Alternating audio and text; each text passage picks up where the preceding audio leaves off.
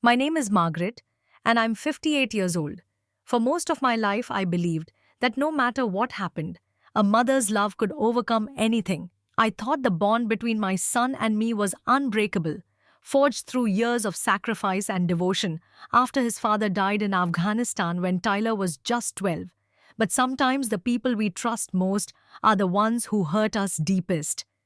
What happened during our fishing trip 3 weeks ago changed everything I thought I knew about my own child. Before we dive into this story, I'd love to know where you're watching from. Please hit that like button and subscribe to hear how this shocking betrayal led to the most important lesson of my life. Growing up in a military family taught me resilience, but nothing could have prepared me for raising Tyler alone after losing my husband David. Those early years after David's death were the hardest of my life. Tyler was angry, rebellious, and blamed me for everything that went wrong. I worked double shifts as a nurse to keep our house in Pensacola, Florida, while trying to be both mother and father to a grieving boy who seemed to resent my very existence. But as Tyler grew older, I thought we'd finally found our rhythm.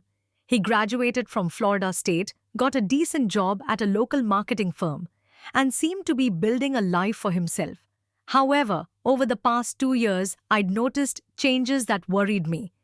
Tyler had become increasingly interested in my finances, asking probing questions about my retirement savings, life insurance policies, and the value of our waterfront property that David and I had bought 23 years ago.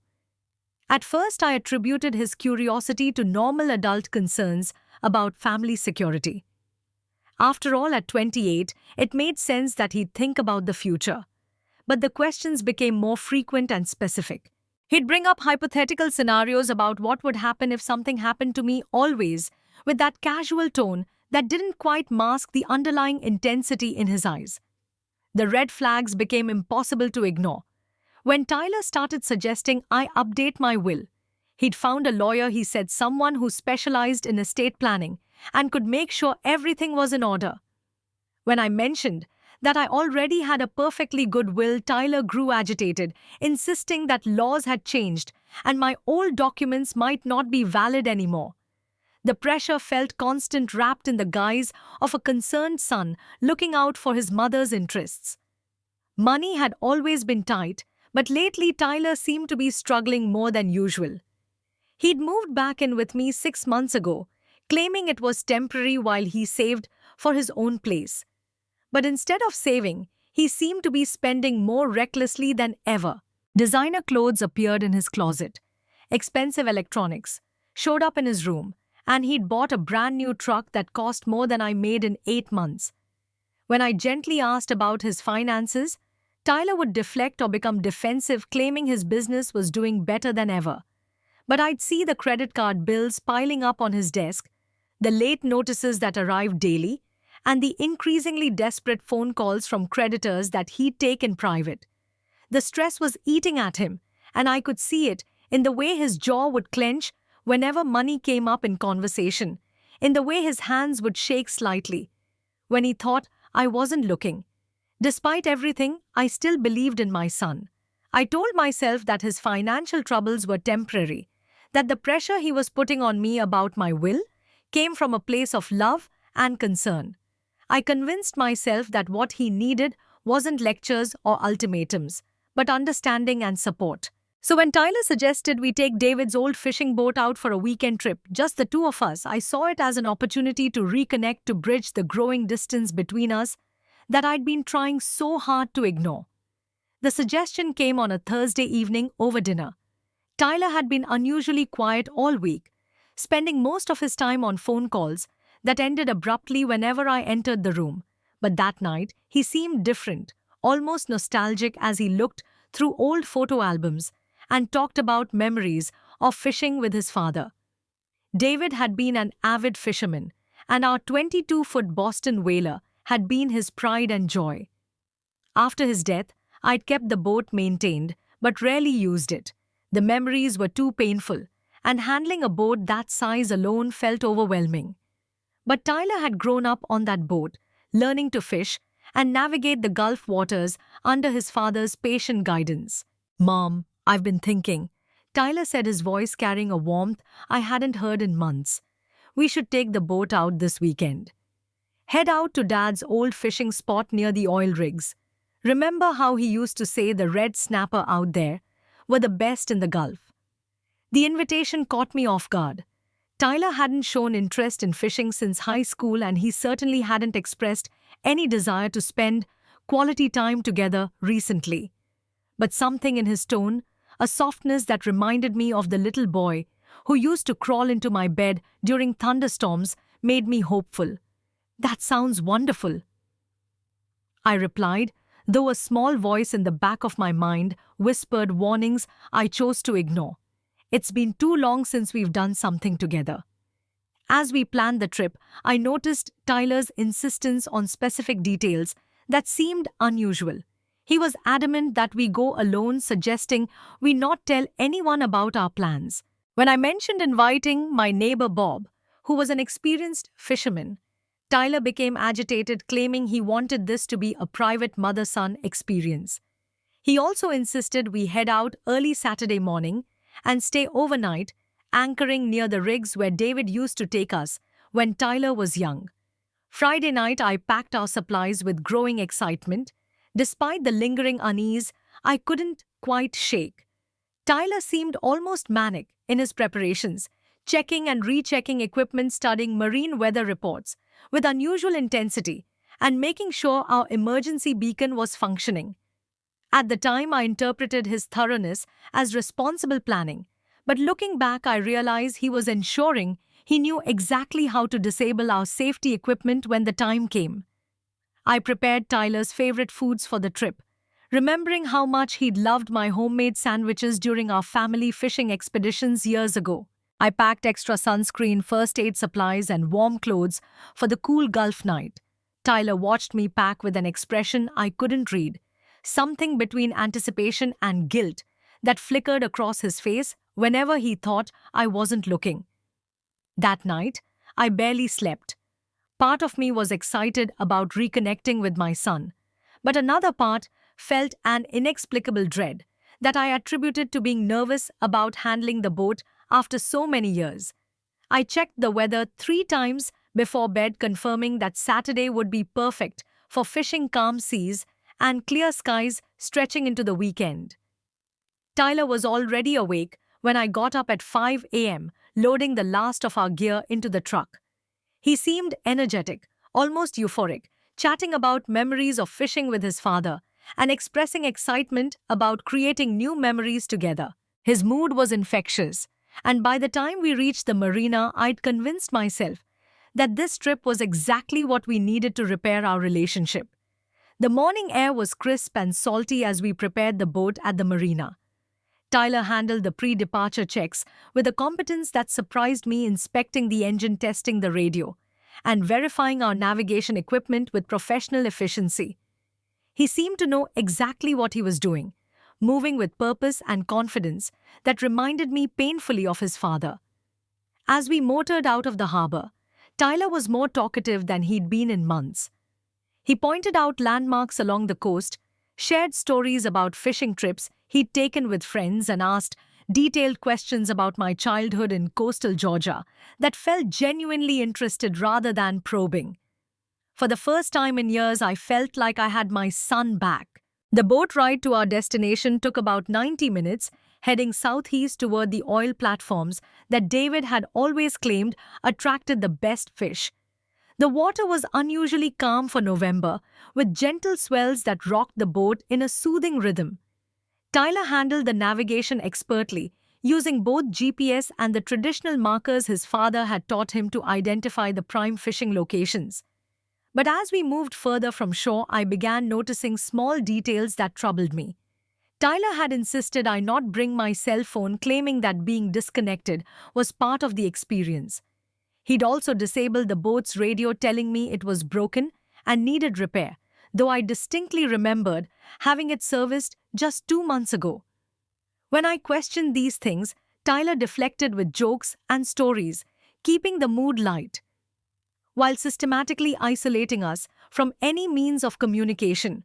About 20 miles offshore, Tyler cut the engine near a cluster of oil platforms that rose from the water like industrial monuments. The silence was profound, broken only by the gentle lapping of waves against our hull and the distant sound of machinery from the rigs. This was indeed one of David's favorite spots, a place where we'd caught some of our best fish and shared some of our happiest family moments. We set up our fishing gear, and for a while, everything felt normal. Tyler helped me bait hooks with the same patience his father had shown him years earlier. We talked about David sharing memories and laughing about his fishing superstitions and his elaborate theories about what made certain spots more productive than others. I felt closer to Tyler than I had in years, grateful that we'd finally found our way back to each other. But as the morning progressed, I noticed Tyler checking his watch frequently and scanning the horizon as if looking for something. When I asked what he was watching for, he'd smile and say he was just enjoying the peacefulness. But his body language suggested anxiety rather than relaxation. His hands trembled slightly as he handled the fishing equipment, and he kept glancing at me with an expression that made me increasingly uncomfortable. Around noon, Tyler suggested we take a break from fishing to eat lunch. I was arranging our sandwiches when I noticed him standing directly behind me, closer than necessary, his shadow falling across the deck in a way that made me instinctively tense. When I turned to ask if he wanted mustard on his sandwich, I saw something in his eyes that I'd never seen before, a cold calculation that made my blood run cold. The moment when everything changed happened so quickly that my mind struggled to process what was occurring. I was reaching for the cooler to get us drinks when Tyler's hands suddenly shoved hard against my back, sending me stumbling toward the edge of the boat. I grabbed for the railing, but his second push was stronger, more deliberate, and I felt myself falling backward into the cold Gulf water.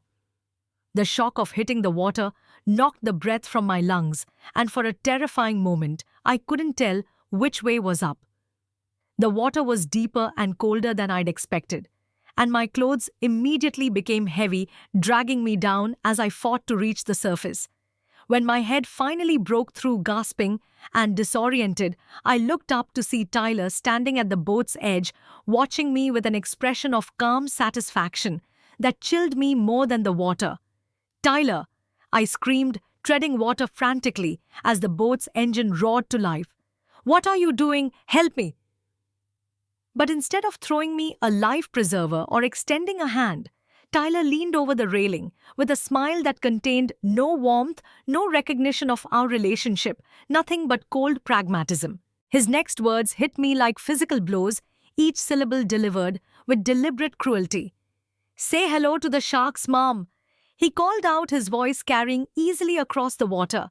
"Don't worry, it'll be over quick. These waters are full of them this time of year."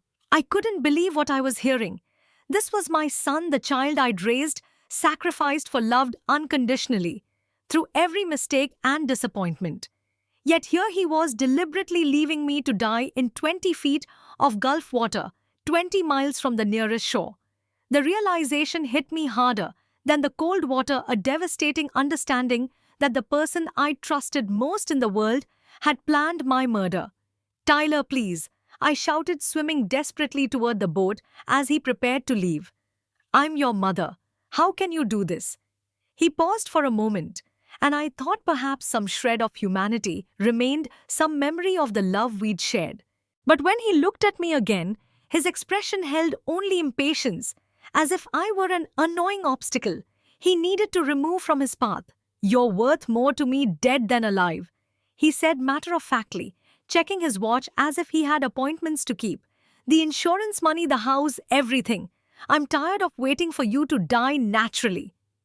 With that, he pushed the throttle forward, and David's boat roared away from me, heading back toward shore at full speed.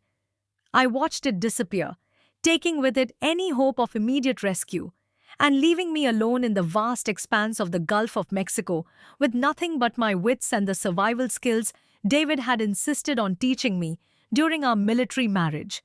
The first few minutes were the worst, fighting off panic while treading water and trying to assess my situation rationally. I could see the oil platforms in the distance, maybe half a mile away, but swimming that far in street clothes and sneakers seemed impossible. The water temperature was probably in the mid-60s, cold enough to cause hypothermia if I stayed in too long, but warm enough to give me time if I could reach safety quickly. Drawing on every survival lesson David had ever taught me, I forced myself to think systematically about my situation. David had been a Navy SEAL before his Army service, and he'd made sure I understood basic water survival techniques, never imagining that his son would one day put that knowledge to such a terrible test. First, I needed to conserve energy and stay calm. Panic would only exhaust me faster and cloud my judgment. I floated on my back for several minutes, controlling my breathing and studying my surroundings more carefully. The oil platforms were definitely my best hope, but I needed to choose my approach carefully to avoid being dashed against the metal support structures by the current. I stripped off my heavy sneakers and jeans, keeping only my t-shirt and underwear to reduce drag. The water felt colder against my exposed skin, but I could move more efficiently. David had always said that in survival situations, comfort was a luxury you couldn't afford, and every decision should prioritize staying alive over staying comfortable. The swim to the nearest platform was the longest 37 minutes of my life.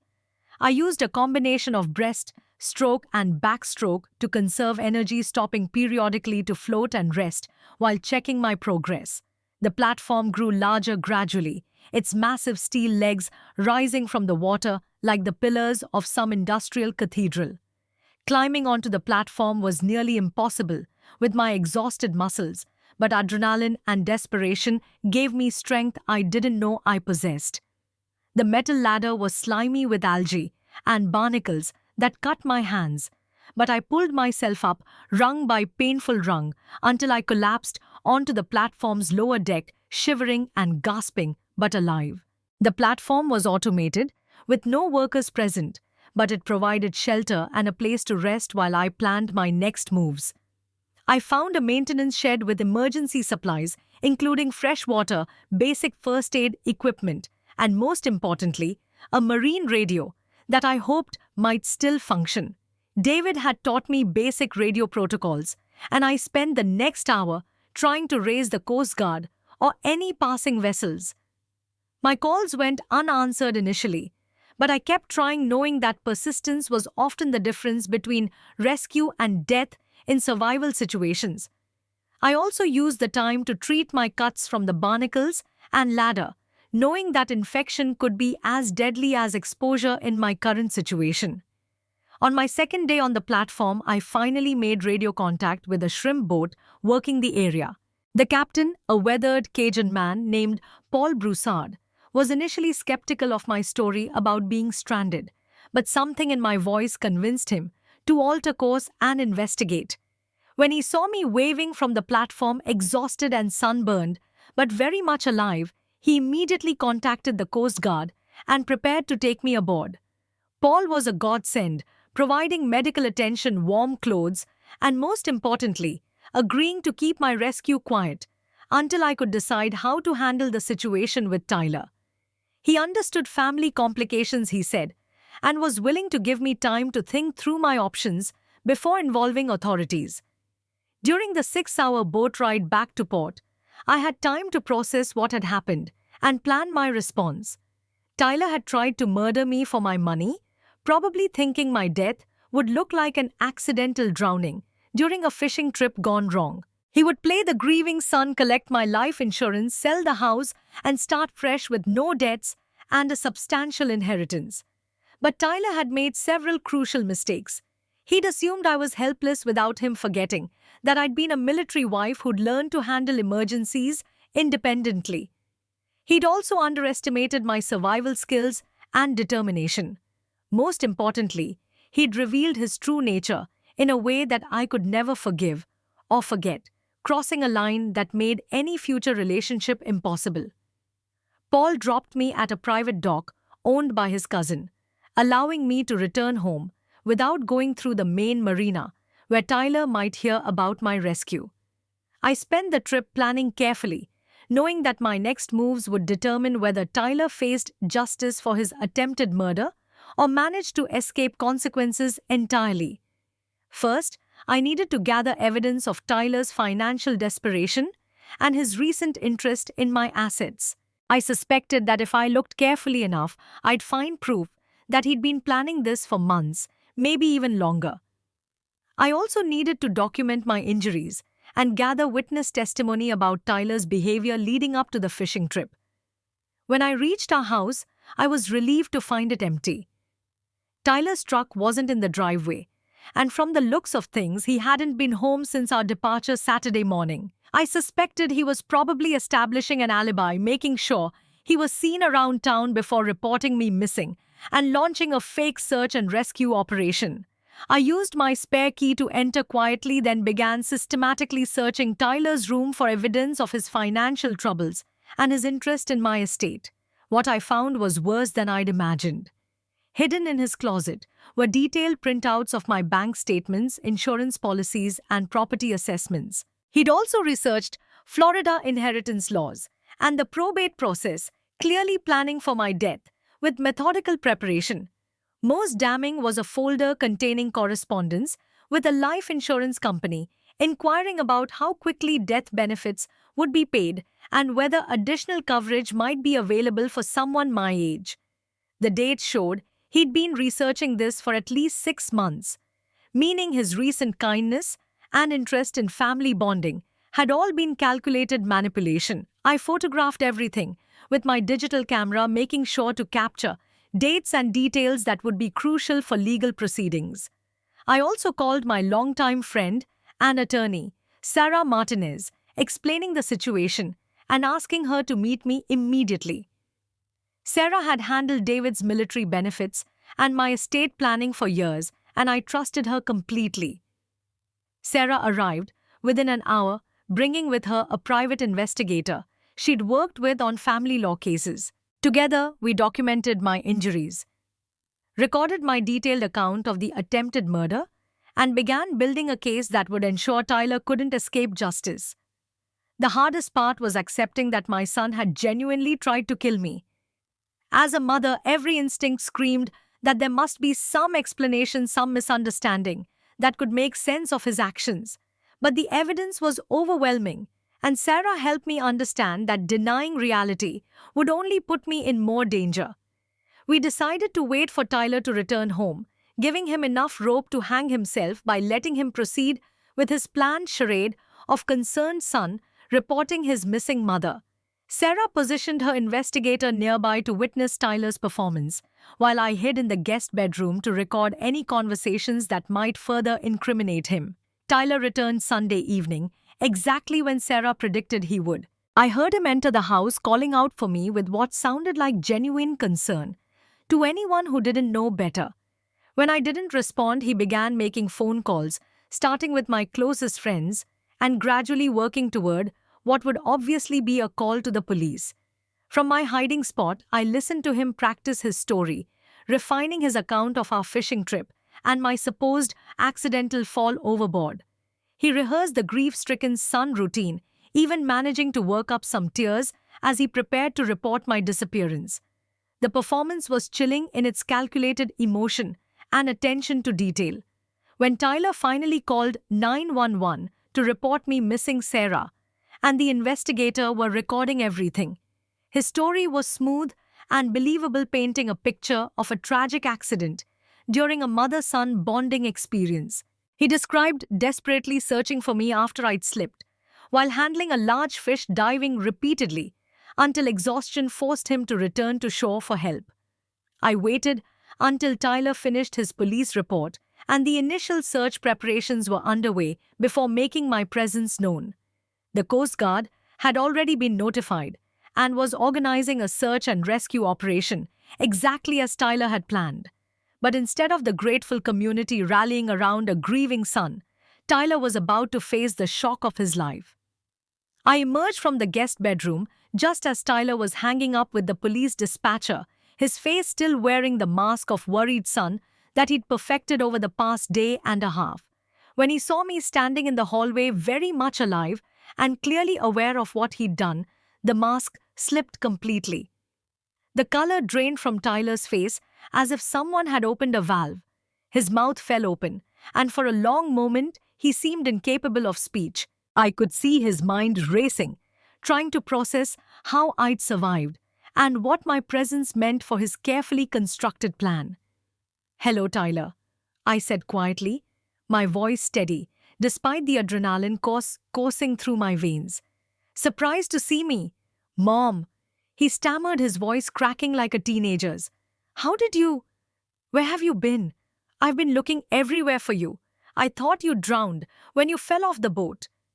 His attempt to maintain the fiction was pathetic, but it also revealed how deeply committed he was to his lies. Even faced with undeniable evidence that his plan had failed, Tyler was still trying to gaslight me into believing his version of events. "Cut the act, Tyler," I said, stepping closer and watching him instinctively back away. "I know exactly what you did. You pushed me overboard and left me to die so you could inherit my money." The accusation hung between us like a physical presence. Tyler's face went through a series of expressions: denial, anger, calculation, and finally a cold acceptance that his charade was over. When he spoke again, his voice was different, stripped of all pretense and warmth. "You can't prove anything," he said, his tone flat and businesslike. "It'll be your word against mine, and who's going to believe that a son would try to murder his own mother?" "Actually, I can prove quite a bit," I replied, gesturing toward the living room where Sarah and the investigator emerged from their hiding places.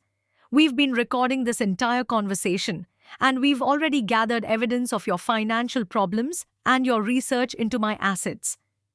Tyler's composure finally cracked completely. He began shouting, alternating between denying everything and trying to justify his actions by claiming I owed him because of his difficult childhood and his father's death. The anger and resentment that had been building for years poured out in a torrent of accusations and self-pity that revealed the depth of his psychological problems. But his words only served to further incriminate him, providing additional evidence of his motive and state of mind. When the police arrived, summoned by Sarah, during Tyler's confession, they found a man who'd completely abandoned any pretense of innocence and was ranting about his right to his inheritance and his mother's obligation to provide for him. The arrest was almost anticlimactic after the emotional intensity of the confrontation. Tyler was charged with attempted murder, and the evidence we'd gathered made conviction almost certain.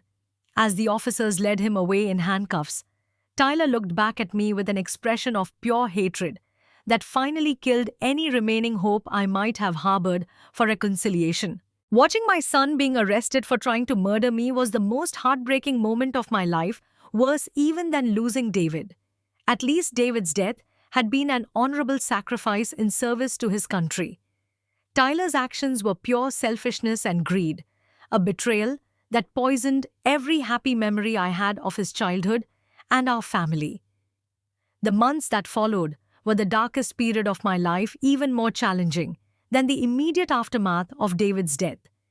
At least then I'd had Tyler's love and support, or what I'd believed was love and support. Now I understood that even during those difficult years, he'd probably been calculating how to benefit from my eventual death. The trial was a media sensation locally, with reporters fascinated by the story of a son who tried to kill his mother for insurance money. Tyler's defense attorney tried to paint him as a troubled young man driven to desperation by financial pressure, but the evidence of premeditation was too strong to overcome. The detailed planning, the research into my assets, and the calculated nature of the attempted murder all pointed to a man who'd made a cold, rational decision to commit matricide for financial gain. Tyler was sentenced to 25 years in prison without possibility of parole, a sentence that reflected both the severity of his crime and the court's recognition that family trust made his betrayal particularly heinous. I attended every day of the trial, not out of any remaining affection for Tyler, but because I needed to see justice served and to fully understand the person my son had become. The hardest part of the healing process was learning to forgive myself for missing the warning signs and for enabling Tyler's sense of entitlement over the years. I spent months in therapy working through the complex emotions of loving someone who tried to kill you and grieving for the son I thought I had, while accepting the reality of who he actually was. But gradually, I began to rebuild my life and find peace with what had happened. I sold the house in Pensacola, unable to live comfortably in a place where Tyler had planned my murder, and moved to a small coastal town in North Carolina, where I could start fresh without the weight of painful memories. I also began volunteering with organizations that support families dealing with domestic violence and betrayal, finding purpose in helping others navigate similar traumas. My experience had taught me that evil can wear the face of love and that sometimes the people who hurt us most are the ones we trust completely. David's boat. The scene of Tyler's attempted murder I donated to a marine rescue organization.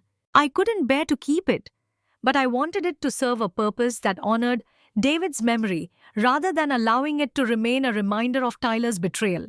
The most important lesson I learned was that survival isn't just about staying alive in the immediate moment. It's about finding the strength to rebuild your life when everything you believed about love and family has been shattered. Tyler took away my trust and my sense of safety, but he couldn't take away my resilience or my capacity to create new meaning from the ashes of my old life. Today, 3 years later, I can honestly say I have found peace. I've built new friendships, discovered new interests, and learned to value my independence in ways I never had before. The woman who went fishing with her son that November morning was naive about human nature and blinded by maternal love. The woman who survived knows that love without wisdom is dangerous, and that sometimes the greatest act of love is accepting that some relationships are too toxic to continue. I still think about Tyler sometimes, wondering if prison has given him time to reflect on his actions and find some measure of remorse. But I no longer define myself by his choices or his needs. I've learned that you can love someone completely and still need to protect yourself from them. That being a good mother doesn't mean accepting abuse or manipulation from your children. The scars from that day in the Gulf, both physical and emotional, serve as daily reminders of how precious life is and how important it is to trust your instincts when someone's behavior doesn't align with their words. I'm grateful to be alive, grateful for the strength David's training gave me, and grateful for the hard-won wisdom that came from surviving the ultimate betrayal. If you've stayed with me through this difficult story, I want you to know that healing is possible even from the deepest wounds. Have you ever had to cut ties with a family member who betrayed your trust? Share your thoughts in the comments below, and please hit that like button if this story resonated with you. Don't forget to subscribe for more stories about overcoming life's greatest challenges, and share this video with anyone who might need to hear that survival is always possible, no matter how dark things seem. Thank you for listening, and remember that your strength is greater than any betrayal you might face.